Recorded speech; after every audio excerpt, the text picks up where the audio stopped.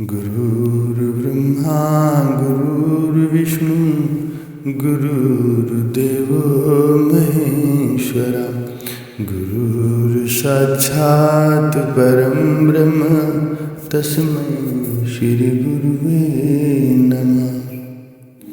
सौभाग्यशाली गुरुमुखों, महापुरुष अपने वचनों में फरमाते हैं कि लोग प्रायः ये प्रार्थना करते हैं कि मुझे कुछ प्रदान करो और मेरा कुछ स्वीकार करो, लेकिन पूर्ण सद्गुरु से केवल इस प्रकार की विनती करनी चाहिए कि मेरा कुछ स्वीकार करो। यदि वे स्वीकार करते हैं तो सेवक पर उपकार करते हैं।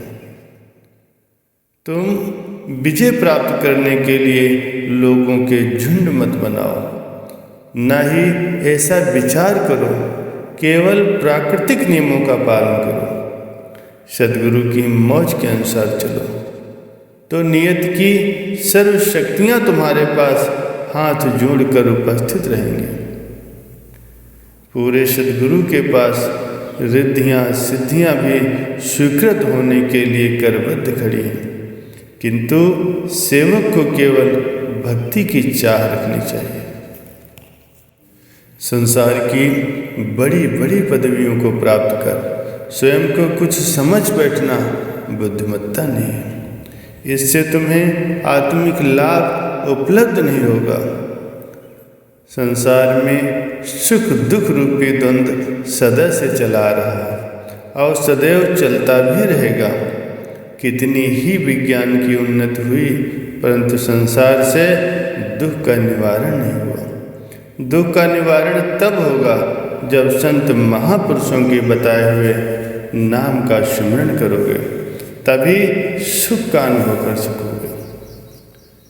जैसे जुआरी या सट्टेबाज प्रायः धनाढ्य से दरिद्र हो जाते हैं, वैसे ही बुद्धिमान भी कुसंगत में पड़ने से अथवा भक्तिवान अपनी चित्तवृत्तियों को बहिर्मुख करने के कारण भक्ति धन को गंवा देते हैं।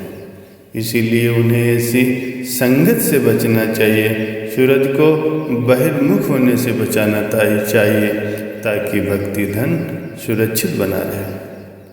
जैसे लोहे के टुकड़े को चुंबक से स्पर्श करने से उसमें आकर्षण शक्ति आ जाती है, वैसे ही जो साधारण मनुष्य भी स्वयं को नाम से संबंधित कर देता है तो उसमें एक प्रकार की प्राकृतिक आकर्षण शक्ति उत्पन्न हो जाती है, जिसके परिणाम स्वरूप सभी पदार्थ व लोग वहाँ स्वतः चले आते हैं। जब तुम में अहंकार आएगा तो कष्ट भी आएंगे। यदि ईश्वर के निकट होना चाहते हो तो अहंकार से दूर भागो, फिर तुम्हारी वाणी भी ईश्वरीय हो जाएगी। किसी भी वस्तु को प्राप्त करने के लिए उसका मूल्य देना पड़ता है।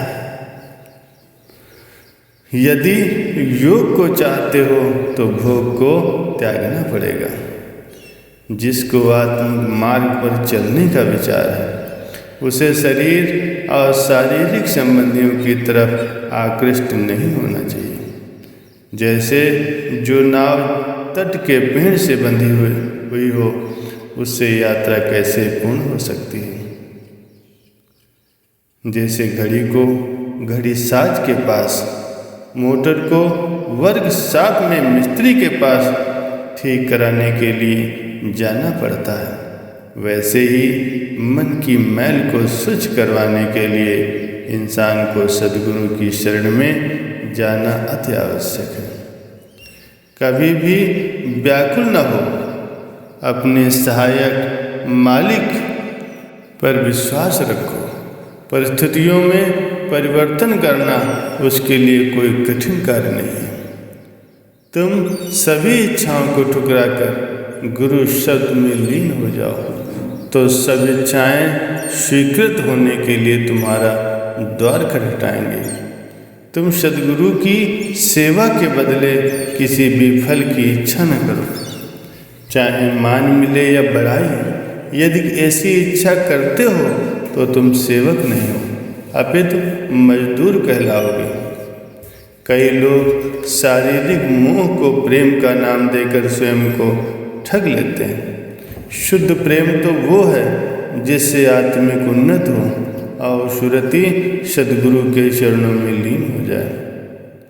प्रत्येक व्यक्ति खाने पीने, पढ़ने सुनने व इंद्रियों के सुख आदि के लिए अनेकों कार्य कर रहा है, परंतु देखना ये है कि वो किसके लिए कर रहा है, भक्ति के लिए या मन और इंद्रियों के रसों के लिए कर रहा है। धन्य है वे जो सब कुछ मालिक की प्राप्ति व प्रसन्नता के लिए करते हैं।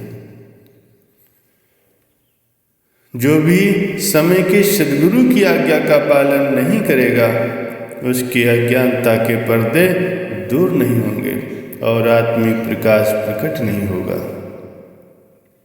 सांसारिक लोगों की बड़ाई को सत्य व स्थिर न समझो, जब तक कि उनका तुमसे स्वार्थ सिद्ध होता रहेगा तब तक तुम्हें वे सम्मान देंगे। जब तुमसे स्वार्थ समाप्त हो जाएगा तो तुम्हें पहचानेंगे भी नहीं। मालिक की सेवा सुदृढ़ करना अपना प्रमुख धर्म समझो और तुम्हारी ये प्रकृति बन जाए कि उसके बिना तुम रह ही न सको। मान मिले या अपमान मिले उसकी परवाह मत करो। सद्गुरु जैसा परोपकारी तीनों लोकों में अन्य कोई नहीं है। वे जीव को भिखारी से राजा बना देते हैं, अर्थात उसकी सूरत को शब्द से जोड़कर सभी इच्छाएं मिटा देते हैं। उससे सेवक की ऐसी तृप्ति हो जाती है कि उसे कोई तृष्णा रहती ही नहीं। तुम्हारा अंतःकरण जब निर्मल हो जाएगा तो तुम्हें ये ज्ञात हो जाएगा कि सब कार्य करने वाले मालिक ही हैं। अहंकारी व्यक्ति कहता है कि मैंने ये किया, मैंने वो किया। ऐसे कहकर वो अपनी कमाई को नष्ट कर देता है। सद्गुरु अपने जीवन का एक एक पल व्यस्त रहकर हमें ये शिक्षा देते हैं कि तुम भी सदैव व्यस्त रहो, तो बेकारी का विषैला सर्प डंक नहीं मार पाएगा। महापुरुषों ने अपने जीवन में सर्दी गर्मी सहकर, वनों में कष्टों को झेलकर हमें सिखाया है कि आराम तलबी या नजाकत रूपी भूत से स्वयं को बचाओ। महापुरुषों का आदेश है कि जो सद्गुरु की आज्ञा के नियम अनुसार चलते हैं वे ही सच्चे सेवक हैं, और जो केवल पूजा करते हैं लेकिन आज्ञा पर नहीं चलते वे सच्चे सेवक नहीं हैं। बोलो जयकारा बोल मेरे श्री गुरु महाराज की जय।